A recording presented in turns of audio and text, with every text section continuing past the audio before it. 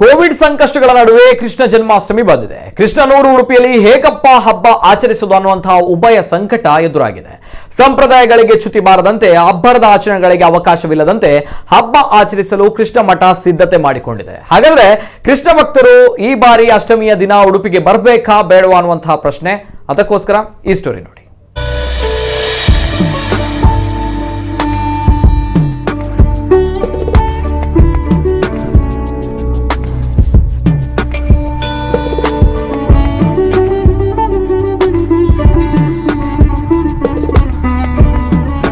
ಕೃಷ್ಣ ಜನ್ಮಾಷ್ಟಮಿ ಬಂದ್ರೆ ಉಡುಪಿಯಲ್ಲಿ ಎಲ್ಲಿಯೂ ಇಲ್ಲದ ಸಂಭ್ರಮ.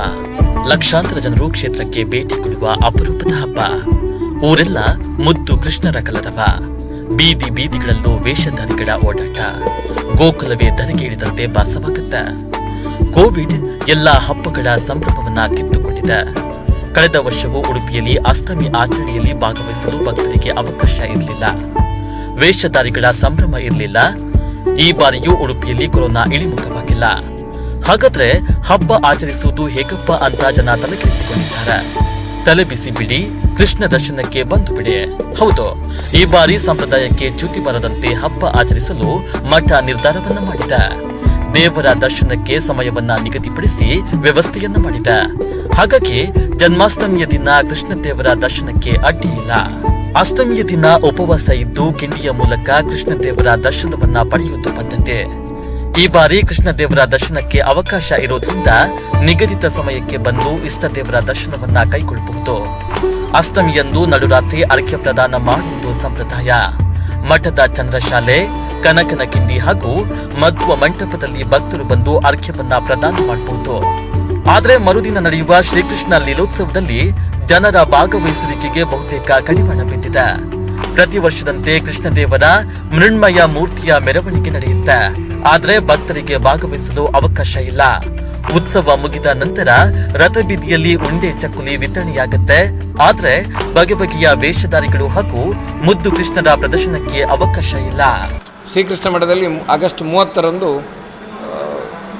ಕೃಷ್ಣ ಜನ್ಮಾಷ್ಟಮಿಯ ಪರ್ವಕಾಲದಲ್ಲಿ ಭಕ್ತರಿಗೆ ದರ್ಶನದ ಅವಕಾಶವನ್ನು ಕಲ್ಪಿಸಲಾಗಿದೆ.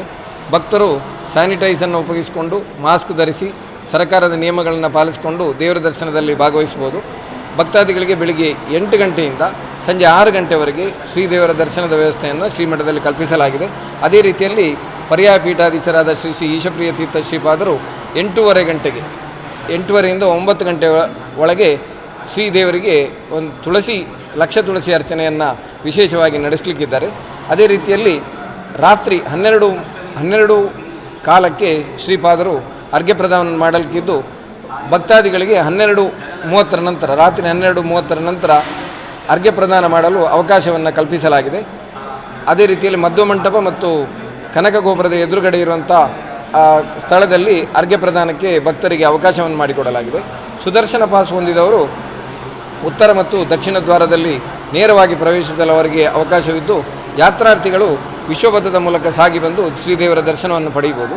ಅದೇ ರೀತಿಯಲ್ಲಿ 31ನೇ ತಾರೀಕು ಬೆಳಗ್ಗೆ ಒಂದು 8ರಿಂದ ಸುಮಾರು 8:30 ನಂತರ ಮಧ್ಯಾಹ್ನ 1 ಗಂಟೆವರೆಗೆ ಭಕ್ತರಿಗೆ ದರ್ಶನದ ಅವಕಾಶ ಇರುತ್ತದೆ.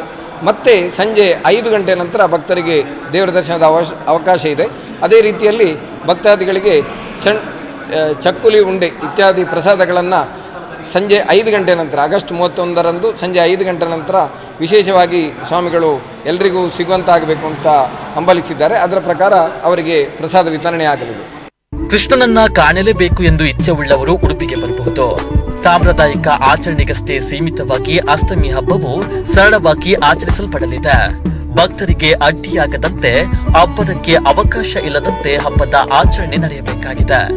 ಏನೇ ಆಗ್ಲಿ, ಕೃಷ್ಣ ಅನುಗ್ರಹದಿಂದ ಕೊರೋನಾ ಕಡಿಮೆಯಾಗ್ಲಿ. ಕೃಷ್ಣ ಜನ್ಮಾಷ್ಟಮಿಯನ್ನ ಕೃಷ್ಣ ಭಕ್ತರು ಸಂಭ್ರಮದಿಂದ ಆಚರಿಸುವಂತೆ ಆಗಲಿ ಅನ್ನುವುದೇ ನಮ್ಮ ಆಶಯ. ಪ್ರಮೋದ್ ಸುವರ್ಣ ಕಟ್ಪಾಡಿ, ನಮ್ಮ ಕುಡ್ಲ ನ್ಯೂಸ್ 7 ಉಡುಪಿ.